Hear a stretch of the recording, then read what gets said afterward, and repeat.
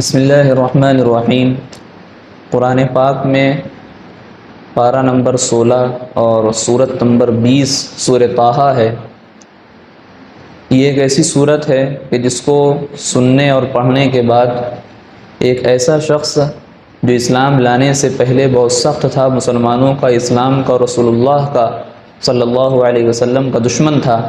لیکن اس سورت کے پڑھنے اور سننے کے بعد وہ ایسا پگھلا اور اسلام کی جھولی میں پکے ہوئے پھل کی طرح آ کر کے گر گیا اور اسلام کو قوت اور تقویت بخشی، اور اللہ تعالیٰ نے اس شخص کے ذریعے سے اسلام کو بہت طاقت دی اور بہت عروج دیا اور اسلام کو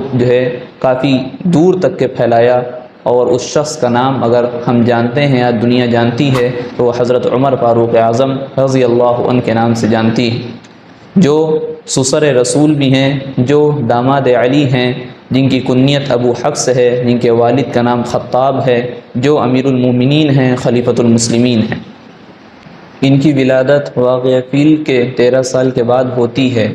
اور نبی صلی اللہ علیہ وسلم کی نبوت کے 6 سال کے بعد واقعہ یہ ہوتا ہے کہ اس میں یہ جاتے ہیں اللہ کے رسول صلی اللہ علیہ وسلم کے نعوذ باللہ قتل کے ارادے سے،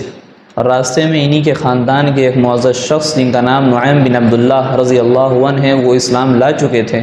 انہوں نے ان کو دیکھا اور کہا کہ آپ کہاں جا رہے ہیں؟ تو انہوں نے جواب دیا کہ آج محمد رسول اللہ صلی اللہ علیہ وسلم کا نعوذ باللہ کام تمام کرنے جا رہے ہیں۔ وہاں حضرت نعیم بن عبداللہ کہتے ہیں کہ آپ دوسرے کے پاس جانے سے پہلے اپنے گھر کا جائزہ لیجئے، یعنی کہ آپ کی بہن حضرت فاطمہ اور آپ کے بہنوئی حضرت سعید بن زید رضی اللہ عنہما یہ دونوں اسلام لا چکے ہیں۔ لہذا وہ غصے میں اور زیادہ غصے سے پھول جاتے ہیں اور جاتے ہیں اپنی بہن اور بہنوئی کے گھر میں۔ وہاں جا کر کے حضرت خباب رضی اللہ عنہ جو کہ تعلیم دے رہے ہوتے ہیں قرآن پاک کی، حضرت فاطمہ کو، حضرت سعید بن زید کو، وہ جا کر کے چھپ جاتے ہیں۔ حضرت عمر کی آہٹ سن کر کے وہ جاتے ہیں اپنے بہنوئی کو مارتے ہیں اور لہولہان کر دیتے ہیں۔ حضرت فاطمہ اپنی بہن کو مارتے ہیں، لیکن حضرت فاطمہ کہتی ہیں کہ بھیا آپ جتنی سختی ہم پر کر لیں لیکن ہم اسلام سے پھرنے والے نہیں ہیں۔ جب یہ جذبہ اور یہ قوت اور ایمان میں پختگی دیکھتے ہیں تو ان کا دل تھوڑا سا پسیجتا ہے اور وہ سوچنے پر مجبور ہوتے ہیں کہ یہ کیا چیز ہے، یہ کون سا مذہب ہے۔ لہذا وہ کہتے ہیں ٹھیک ہے، جو قرآن تم پڑھ رہے تھے یا پڑھ رہی تھی وہ ہم کو دکھاؤ، ہم پڑھنا چاہتے ہیں۔ تو ایک کسی چیز میں سورہ طٰہٰ لکھی ہوئی تھی جو حضرت خباب رضی اللہ عنہ پڑھا رہے تھے، تعلیم دے رہے تھے، تو حضرت فاطمہ کہتی ہیں کہ پہلے آپ پاکی حاصل کر لیجئے، نہا دھو لیجئے، اس کے بعد ہم یہ آپ کے حوالے کرتے ہیں۔ اس کو پڑھتے ہیں، ان کا دل پسیج جاتا ہے، اللہ تعالیٰ ان کے دل کو ایمان کی طرف موڑتے ہیں، اللہ کے رسول صلی اللہ علیہ وسلم کے پاس جاتے ہیں اور اسلام قبول کر لیتے ہیں اور اسلام کو ایک تقویت پہنچاتے ہیں، طاقت کا ذریعہ بنتے ہیں اور اسلام کو پھیلانے کا ذریعہ بنتے ہیں۔ پھر پوری زندگی ان کی ایسی گزری کہ اسلام کی حمایت میں اور اسلام کے جو مخالفین تھے ان پر سختی کرنے میں ان کی پوری زندگی گزری۔ کوئی بھی غلط کام ہوتا تھا حضرت عمر فاروق اعظم رضی اللہ عنہ کے مزاج کے خلاف تھا کہ یہ خاموش رہیں۔ گویا کہ اللہ کے رسول صلی اللہ علیہ وسلم نے جو فرمایا تھا کہ من رأى منکم منکرا فلیغیرہ بیدہ، کہ تم میں سے جو شخص کسی برائی کو دیکھے تو اس کو چاہیے کہ اپنے ہاتھ سے اس کو روکے، اور اگر اس کی طاقت نہیں رکھتا تو زبان سے روکے، اس کی بھی طاقت نہیں تو کم سے کم اس کو دل سے برا جانے، اور یہ ایمان کا سب سے کمزور درجہ ہے، اور ہاتھ سے روکنے کا درجہ ایمان کا وہ سب سے اعلیٰ درجہ ہے۔ لہٰذا ایمان کا اعلیٰ درجہ حضرات صحابہ کرام میں ملتا ہے، اور خاص طور سے حضرت عمر فاروق اعظم رضی اللہ عنہ کی زندگی میں ہمیں ملتا ہے۔ اس کے بعد ان کے خلافت کا دور ہے، وہ بھی 10 سال کا دور ہے۔ حضرت ابو بکر رضی اللہ عنہ کے بعد 10 سال کی خلافت رہتی ہے، اور اس سے پہلے جب قرآن کا نزول ہو رہا تھا اللہ کے رسول علیہ الصلوۃ والسلام کی وفات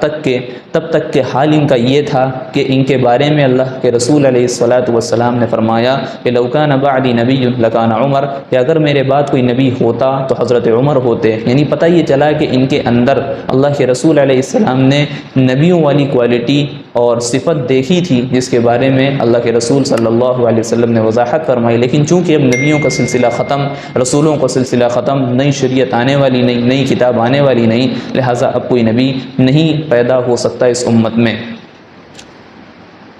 دوسرا ان کا ایک امتیازی خصوصیت یہ ہے کہ حضرت عمر رضی اللہ عنہ کی رائے کے مطابق قرآن پاک نازل ہوا۔ یہ ہم نے اکثر سنا ہوگا، بہت سے ایسے واقعات ہیں، بہت سی ایسی آیات ہیں جس میں پتہ چلتا ہے کہ اس آیت کے نازل ہونے سے پہلے حضرت عمر رضی اللہ عنہ کی وہی چاہت تھی، وہی ارادہ تھا کہ یہ اللہ کی طرف سے ایسا حکم نازل ہو جائے، چاہے وہ شراب کے حرام ہونے کا مسئلہ ہو، چاہے وہ پردے کا ہماری مستورات پر واجب اور فرض ہونے کا مسئلہ ہو، یا کوئی مسئلہ ہو جو موٹے موٹے مسائل ہیں، یا یہ ہم کہہ لیں کہ بہت ساری ایسی جگہیں ہیں جہاں حضرت عمر رضی اللہ عنہ کی رائے کے مطابق قرآن پاک نازل ہوا۔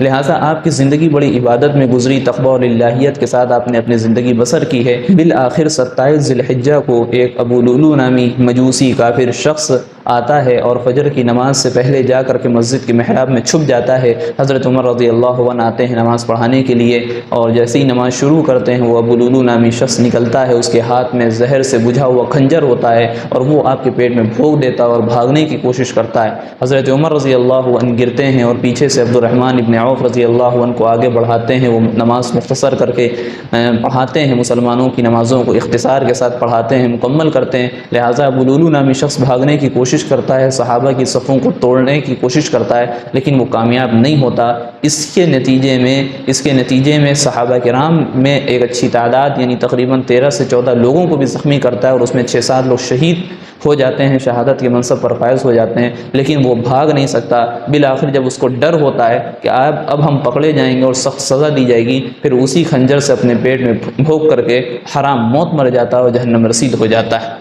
پھر چند دن اور گزرتے ہیں، تقریباً 5 دن۔ بدھ کے دن کا یہ واقعہ پیش آیا کہ آپ کے اوپر حملہ کیا گیا، اور 5 دن بعد اتوار کے دن 1 محرم الحرام کو حضرت عمر رضی اللہ عنہ اس دار فانی سے چلے جاتے ہیں، اس دنیا سے رخصت ہو جاتے ہیں، اور اس کے بعد حضرت عثمان رضی اللہ عنہ کا دور آتا ہے۔ کہنے کا مقصد یہ ہے کہ آج کے دن حضرت عمر رضی اللہ عنہ کے اوپر حملہ ہوا، اور 5 دن کے بعد 1 محرم الحرام کو حضرت عمر رضی اللہ عنہ کی شہادت کا واقعہ پیش آیا۔ اب جو لوگ محرم کے مہینے کو غم کا مہینہ کہتے ہیں، یا محرم کے مہینے کو صرف حضرت حسین رضی اللہ عنہ کی شہادت کا مہینہ کہتے ہیں، تو ان کو یہ سمجھنا چاہیے کہ محرم ہی کے مہینے میں حضرت عمر رضی اللہ عنہ کی بھی شہادت ہوئی، اور انہوں نے کیسی زندگی گزاری، یہ بھی کوئی معمولی صحابی نہیں ہے۔ حضرت حسن حضرت حسین رضی اللہ عنہما کا درجہ بہت بڑا ہے، اس میں کوئی اشکال نہیں ہو سکتا، اس میں کوئی دو رائے نہیں ہو سکتی۔ وہ اہل بیت میں سے ہیں، اللہ کے رسول کے نواسے ہیں، لیکن حضرت عمر رضی اللہ عنہ کا مقام بھی کوئی چھوٹا نہیں ہے۔ وہ خلیفۃ المسلمین ہیں، اسی طریقے سے وہ امیر المؤمنین ہیں، وہ سسر رسول ہیں اور داماد علی ہیں، یہ بھی کوئی معمولی درجہ نہیں ہے۔ لہٰذا اگر حضرت حسین کو صرف کوئی یاد کرتا ہو، حضرت عمر کو چھوڑ دیتا ہے، بھول جاتا ہے، تو حضرت عمر رضی اللہ عنہ کے ساتھ یہ ناانصافی ہے، اور ان کے حق کو گویا کہ مارنا ہے۔ ہم کو چاہیے کہ تمام صحابہ کے ساتھ ہم محبت کا معاملہ کہ اللہ کے رسول صلی اللہ علیہ وسلم نے صحابہ کرام کے بارے میں فرمایا کہ اصحابی کالنجوم بأیہم اقتدیتم اہتدیتم، سارے صحابہ ستاروں کے مانند ہیں، جس کی بھی اقتدا کرو گے راستہ پا جاؤ گے۔ رضی اللہ عنہم وارضاہم، وآخر دعوانا ان الحمد للہ رب العالمین۔ ویڈیو اگر اچھی لگی ہو تو لائک کریں، شیئر کریں اور چینل کو سبسکرائب کرنا نہ بھولیں، اور ساتھ ہی ساتھ بیل آئیکن کو پریس کریں تاکہ نئی ویڈیو کی نوٹیفیکیشن آپ کو ملتی رہے۔